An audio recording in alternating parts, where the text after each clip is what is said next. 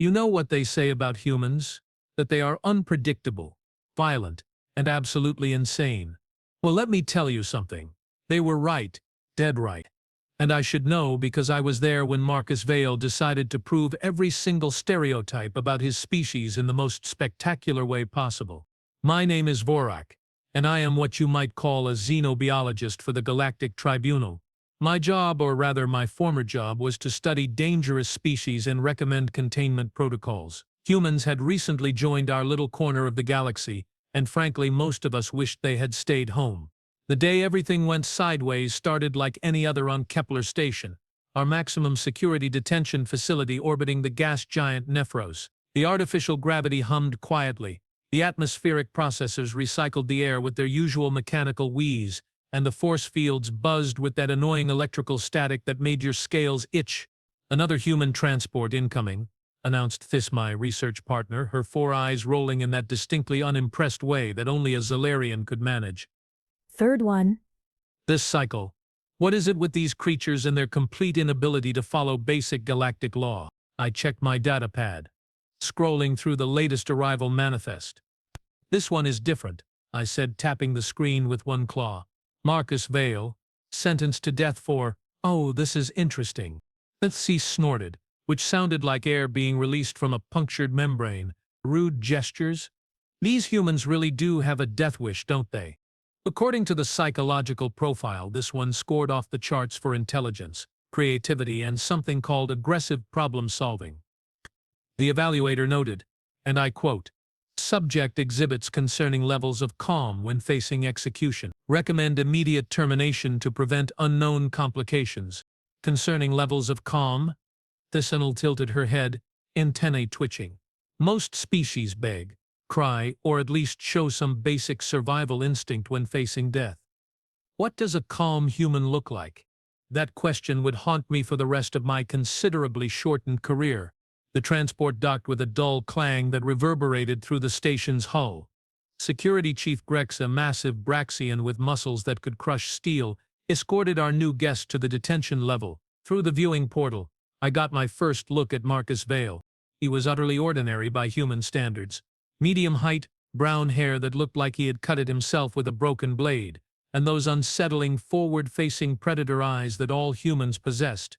What struck me was not his appearance, but his behavior. While most prisoners arrived screaming, fighting, or collapsed in despair, Marcus looked around with genuine curiosity, as if he were touring a particularly interesting museum. Grex grunted, clearly uncomfortable with casual conversation from a condemned prisoner. "Move along, human." "Marcus, please. And I was just wondering, do you mine this material or do you grow it? Because the molecular structure suggests it might be cultivated rather than extracted." I exchanged a look with Thys. "Since when did prisoners ask technical questions about station construction?" "Standard protocol," I replied, settling my bulk into the reinforced chair across from him. "We are required to document the final psychological state of all condemned prisoners." "Psychological state," Marcus repeated, leaning back with an expression I had learned to recognize as human amusement. "Let me save you some time, Vorrak. Yes, I know your name, your reputation precedes you. I am calm because I have accepted my fate. I am curious because this station is genuinely impressive. And I am cooperative because, well, why make everyone's job harder? Most humans in your situation express anger, fear, or desperation. Most humans have not spent 3 years planning for exactly this scenario." That got my attention. "Planning for your own execution?"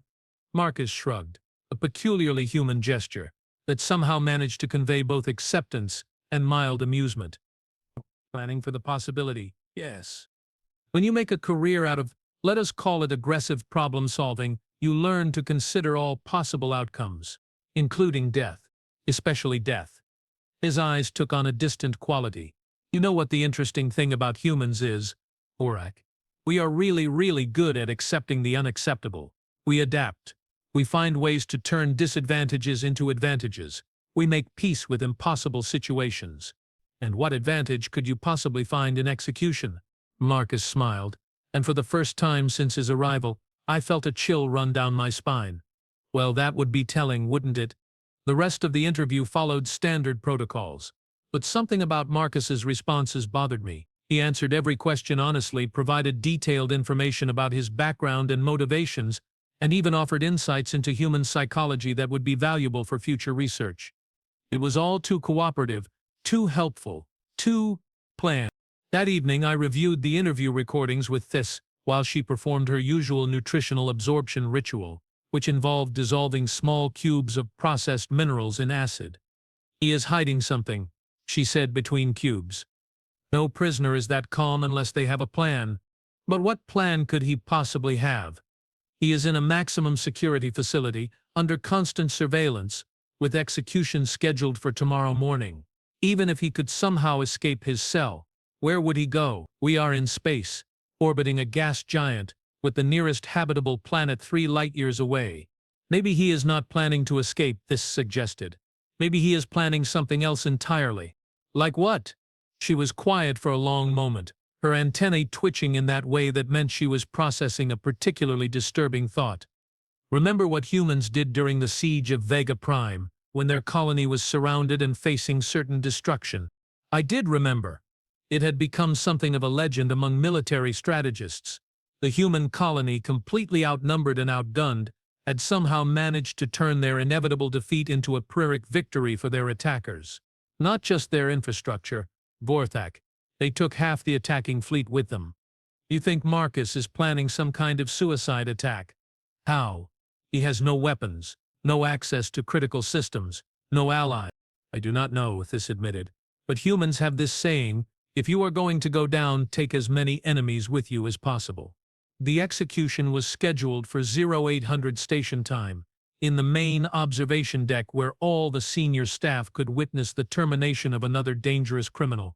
Marcus was brought out in full restraints, the kind designed to hold creatures 3 times his size and strength. He walked calmly between his guards, still looking around with that same mild curiosity. "Any final words?" Alex asked, clearly expecting the usual pleas for mercy or defiant last statements. Marcus thought for a moment, then looked directly at me. "Vorrak, you asked what advantage I could find in execution. Would you like to know?" Before I could respond, he continued. "The advantage is that dead men cannot be held responsible for their actions. The execution chamber was a masterpiece of efficient lethality. The prisoner would be secured to a platform, exposed to a controlled burst of quantum energy, and simply cease to exist. Clean, quick, and absolutely final. What could go wrong? 10, 9. Marcus closed his eyes, but he was smiling. 7, 6, 5. Something was wrong. The energy readings were fluctuating in ways I had never seen before. 4, 3, 2.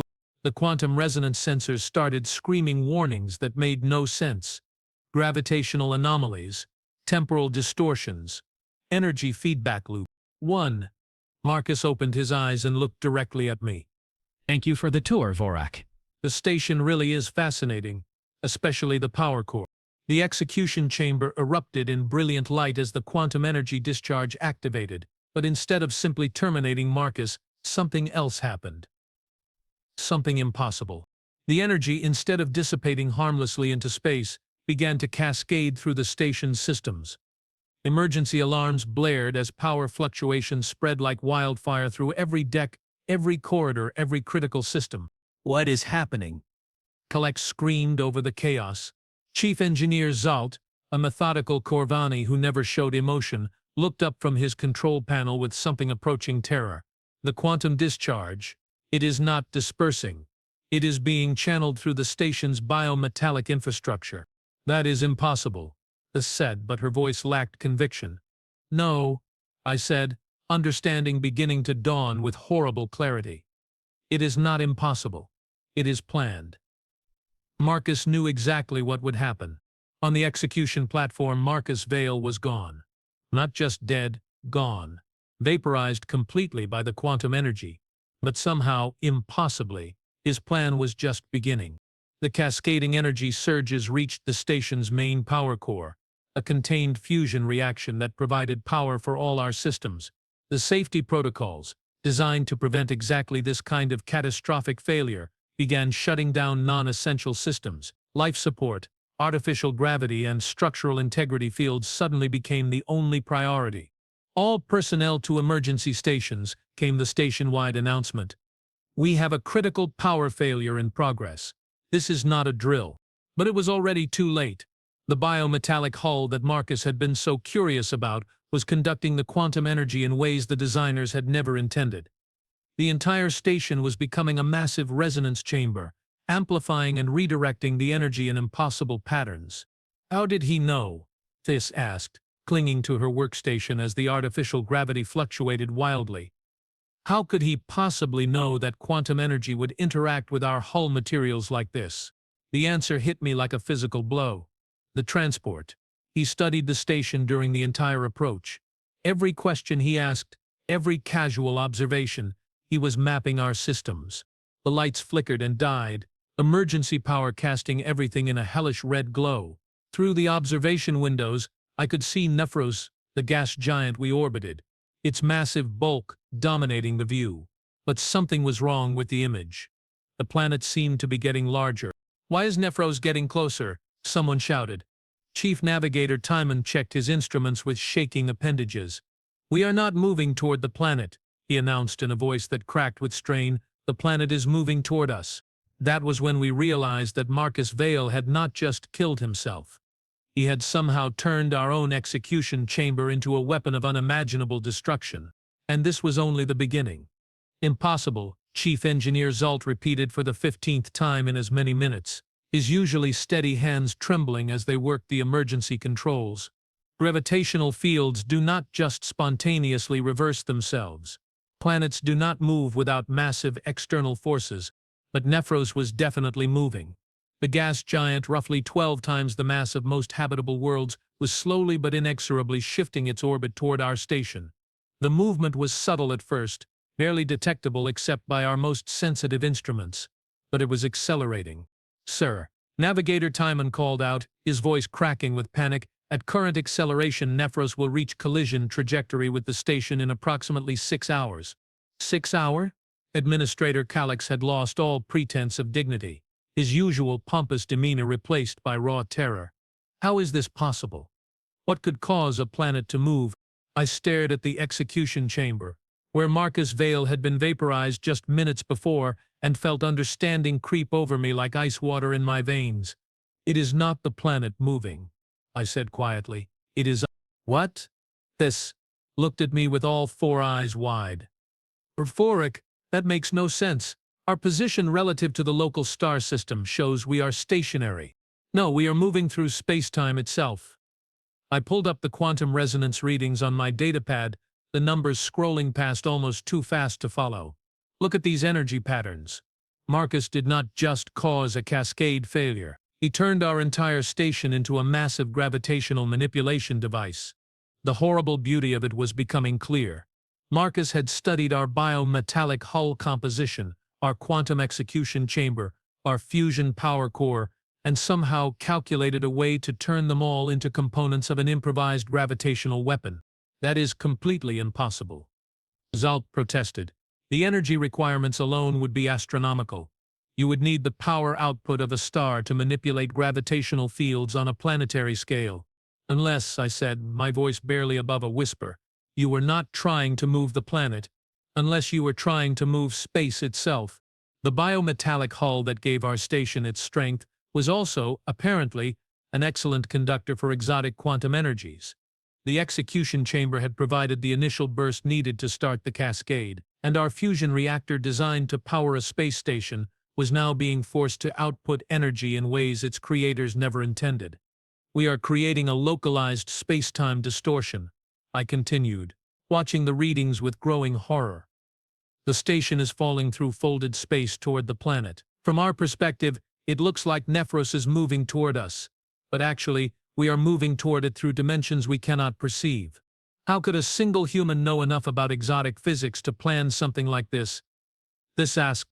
I thought back to Marcus's psychological profile, specifically the part about aggressive problem-solving and concerning levels of calm, because he was not just a criminal. "Look at his education records again."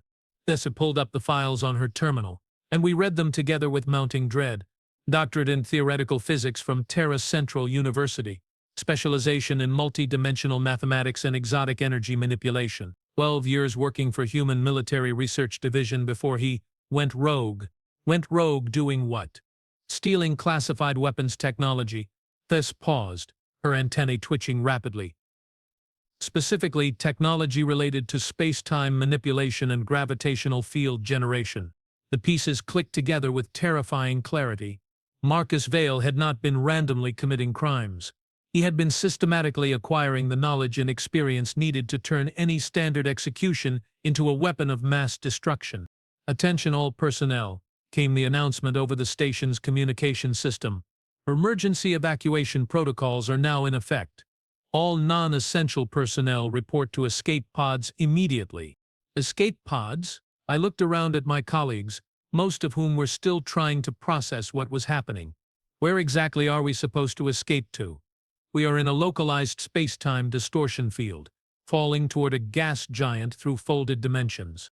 Security Chief Grex appeared at the observation deck entrance, his massive frame filling the doorway. "Orders from Administrator Calix. All research staff to remain at stations and find a way to reverse this process." "Reverse it." I laughed, a sound that came out more like a bark of despair. "Rex, do you understand what Marcus did? He essentially turned our station into a black hole generator. The energy cascade is self-sustaining now. Even if we could shut down our fusion reactor, the process would continue." "Then find another way," Grex growled, "because in 5 hours and 37 minutes, this station is going to impact with Nephros, and everyone on board is going to die." But that was not the worst part. The worst part was what would happen to Nephros itself. I ran calculations on my datapad, cross-referencing the station's mass, current acceleration, and the energy output of our corrupted fusion reactor. The numbers were so outrageous that I checked them 3 times before accepting what they told me. "This," I said, my voice surprisingly calm considering what I was about to say, "when this station impacts Nephros, it will not just destroy us." "What do you mean?" "I mean the gravitational distortion field we are generating will not stop when we hit the planet. It will continue, fed by the kinetic energy of impact and the gravitational potential of Nephros itself."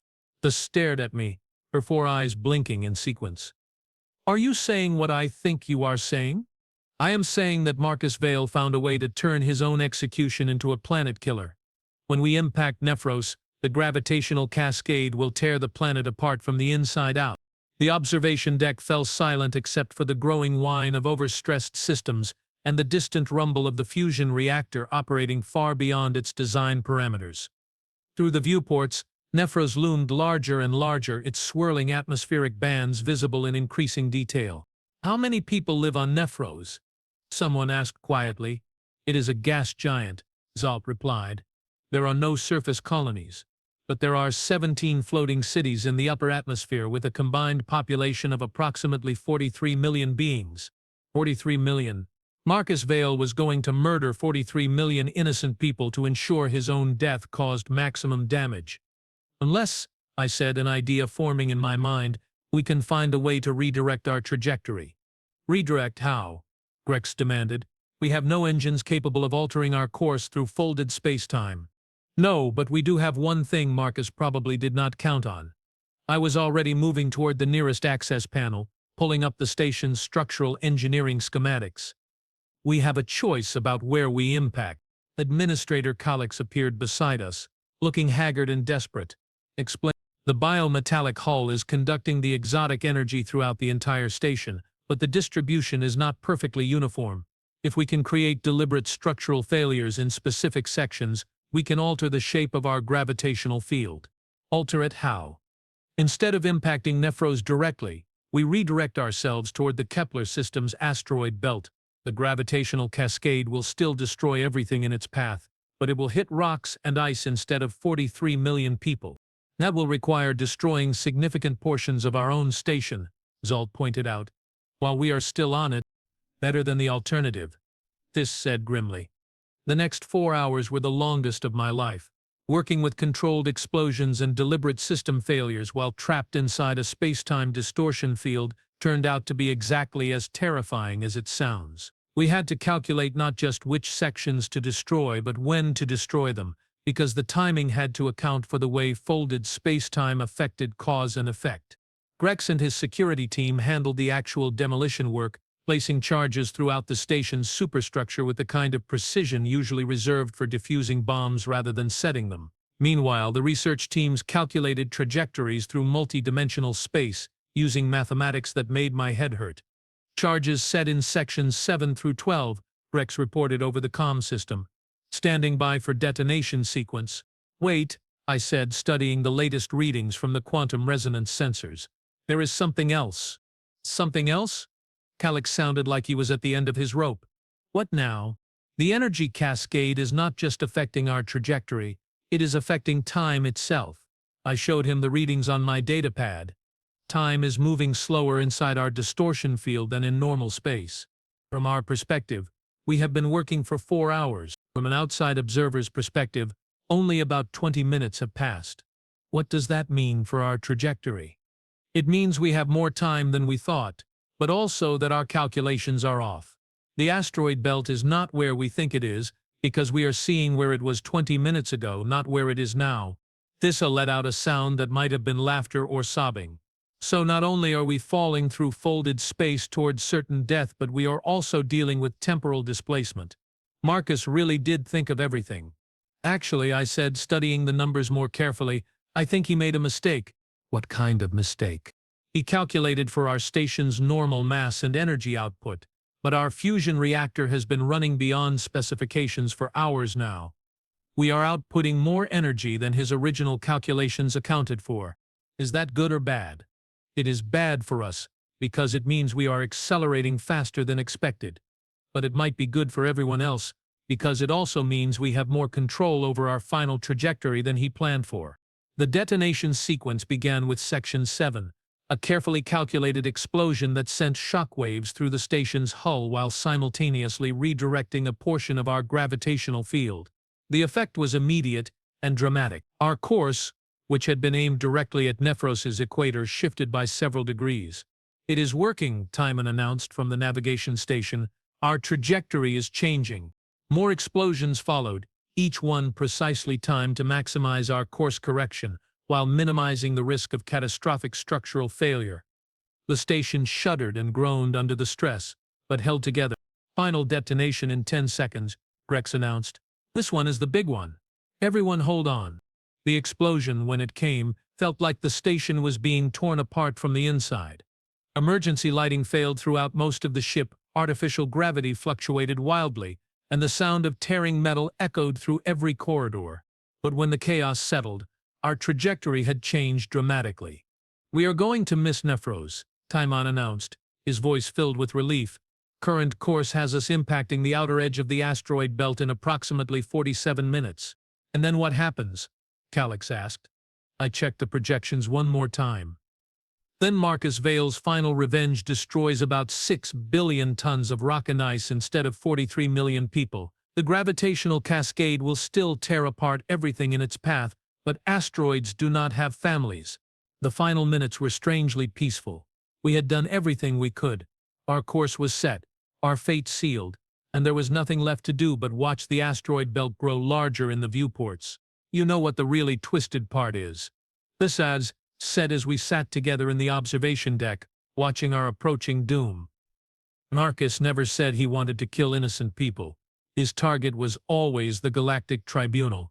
The people who condemned him to death. No, that would have been too simple, too clean. He wanted to prove a point about human nature, about what happens when you back a human into a corner with no hope of escape. That humans will always find a way to make their enemies pay a price for killing them, even if that price is planetary destruction. The first asteroids started hitting our distortion field 15 minutes before final impact. They were small rocks, most no bigger than my fist, but the exotic energies tore them apart at the molecular level, adding their mass and momentum to our increasingly unstable gravitational cascade. Massive energy spike detected, Zalt announced from his engineering station. The gravitational field is becoming self-sustaining through mass absorption. Translation? Calix asked. Translation is that Marcus's plan is working exactly as he intended, just with a different target. Every piece of matter we absorb makes the cascade stronger, which allows us to absorb larger pieces of matter, which makes the cascade even stronger. We are no longer falling toward the asteroid belt, Timon announced with the calm of someone who had moved beyond panic into acceptance. We are consuming it. In the end, Marcus Vale got exactly what he wanted. His execution triggered a cascade that consumed every piece of matter in a sphere roughly 3 million kilometers in diameter. The asteroid belt, several small moons, and a significant portion of the space dust in the outer Kepler system simply ceased to exist, converted into exotic energy that eventually dissipated into higher dimensional space. From the perspective of the Galactic Tribunal, we lost a research station, its crew, and one condemned prisoner. From Marcus's perspective, he had proved that humans, even when facing certain death, would find a way to take their enemies with them. My name is actually Korath, and I am what you might call a military analyst for the Galactic Defense Council. My job is to study potential threats and recommend response protocols. After the Kepler incident, as it came to be known, humans were immediately reclassified from recently contacted species to existential threat requiring extreme caution. The official report recommended that no human should ever again be sentenced to death within 100 light-years of any inhabited system. Some officials wanted to quarantine the entire human species. Others suggested immediate preemptive action. Fortunately, cooler heads prevailed. Instead, the tribunal established new protocols for dealing with human criminals. Life imprisonment in isolated facilities. Exile to uninhabited systems. Anything except execution.